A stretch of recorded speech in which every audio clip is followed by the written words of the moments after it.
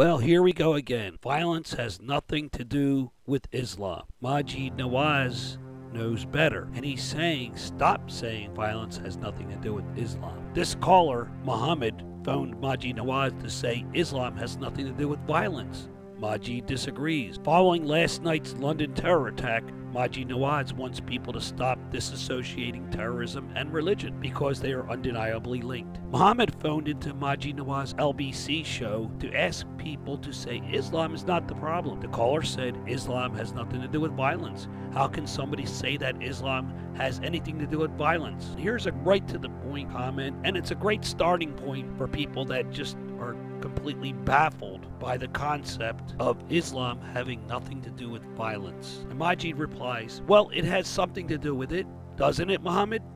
Not everything, but something. That's a great starting point, Majid. I agree. Hi, Majid. Just one point for the last caller. I mean, I don't believe that Islam is the problem. As yourself, you're a Muslim. You know, Islam has nothing to do with violence. I mean, how can somebody say that Islam has anything to do with violence? It has something to do with it, doesn't it, Muhammad? Not everything. I don't agree. Not everything, but something.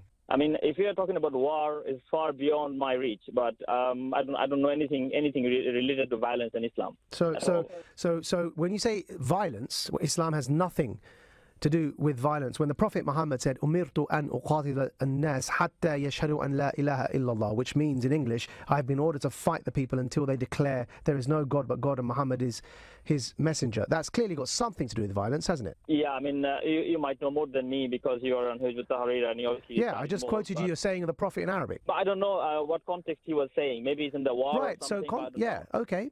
So let's agree that context is important, interpretation is important, but let's not pretend it's got nothing to do with violence, because making the argument that we need context acknowledges that we're having a discussion about violence and placing violence in its context within Islam. That's different to saying violence has got nothing to do with Islam. Okay, yeah, I understand your point. Do you know why, Muhammad, this is important? I don't mean to insult you or embarrass you, and so forgive me if you feel embarrassed. I do apologize. That's not my intention. Why this is so important is because when listeners hear Muslims like yourself say it's got nothing to do with it, they think that you're trying to shirk responsibility and sidestep the very important task that faces all of us to challenge extremism within our mosques and our communities. And so, of course, that may not be what you intended, but it sounds like that to listeners who aren't Muslims. It sounds like you're making excuses so as to not go about doing the work that all of us have to do, which is to challenge extremism. Yeah, I understand. Yeah. But, you know, in this, we live in a UK, a peaceful country. Everybody is working here.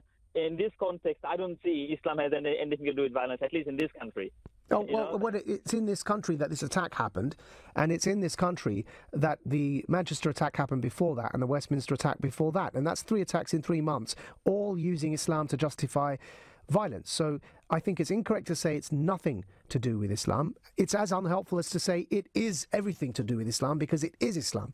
I think let's be realistic and acknowledge that there is a connection. It's something to do with Islam, not nothing and not everything, but something. But if, like, you know, a party like KKK is doing something by the name of Christianity, are you saying that Christianity has something to do with violence as well? Well, if, for example, there was a widespread phenomenon of Christian fundamentalists attacking people, as there was during the Spanish Inquisition and the Crusades, if I asked you, Muhammad, did the Crusades have anything to do with Catholicism and Christianity? No, I don't think so. They had nothing to do with it.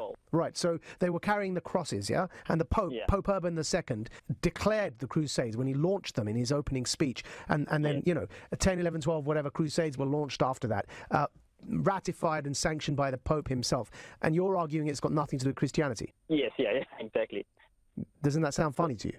Yeah. With a little help, because of the problems I'm having with my voice this week, I'm going to go over some of the terror attacks in recent months to show that maybe Islam has something to do with violence. What do you think? The Manchester terror attack killed at least 22 people and injured 59 others at an Ariana Grande concert at Manchester Arena on Monday, May 22. A lone suicide bomber detonated explosives among teenage fans leaving the concert. Islamic State has called on its followers to rise up in an all-out war on infidels in the West. Saturday marks the start of a 30-day period of fasting and reflection in the Islamic world, which has in recent years seen a large increase in terror attacks. Paris shooting, April 20, 2017. A policeman was killed on the Champs-Élysées in Paris in what is being treated as a terror-related attack. ISIS have claimed responsibility for the killing, which comes just days before the French presidential election. The gunman has been named in the media as Karim Cherfi, a 39-year-old man who allegedly served 15 years in prison for 3 attempted murders. Stockholm attack, April 7, 2017. 4 people were killed and at least 15 were injured when a man drove a truck down a busy shopping street. Rakhmatukhalov, a failed asylum seeker from Uzbekistan, has been arrested and charged in connection with the attack. The 39-year-old has allegedly admitted being a member of ISIS and told police investigators that he had achieved what he set out to do. Westminster attack, March 22, 2017. London attacker Khalid Masood mowed down pedestrians on Westminster Bridge, killing 2 men and 2 women and injuring many others. The knifeman crashed his car into the railings outside Parliament, got out and ran into New Palace Yard where he stabbed a brave police officer to death. Louvre knife attack, February 3, 2017. A knifeman was shot while trying to attack a group of soldiers guarding the Louvre in Paris on February 3. The attacker reportedly cried "Allahu Akbar" and drew a machete on the soldiers after being told he could not enter the Louvre Carousel shopping center with 2 backpacks. Berlin Christmas market attack, December 19, 2016. Asylum seeker plows truck into Christmas market in Berlin. Terror attack. Attacker Anas Emre drove a lorry into a packed Christmas market, killing 12 people and injuring more than 60, in Berlin. We all know that the vast majority of Muslims are not violent and do not commit acts of terrorism. There is no doubt about this. The problem: people on the regressive left are bending over backwards and tripping over each other to prove to us that Islam has nothing to do with violence.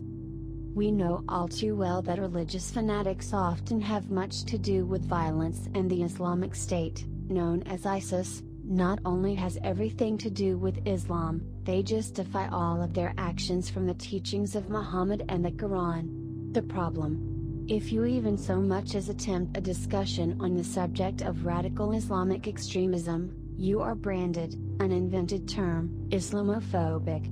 Maajid Nawaz has the right idea. Well, it has something to do with it, doesn't it? Muhammad, not everything, but something, is a great starting point. Maybe we can all agree to start a dialogue before Europe and the United States are caught up in a total shitstorm or terrorism where our Western values of equality do not come under assault. Think about it. Please do.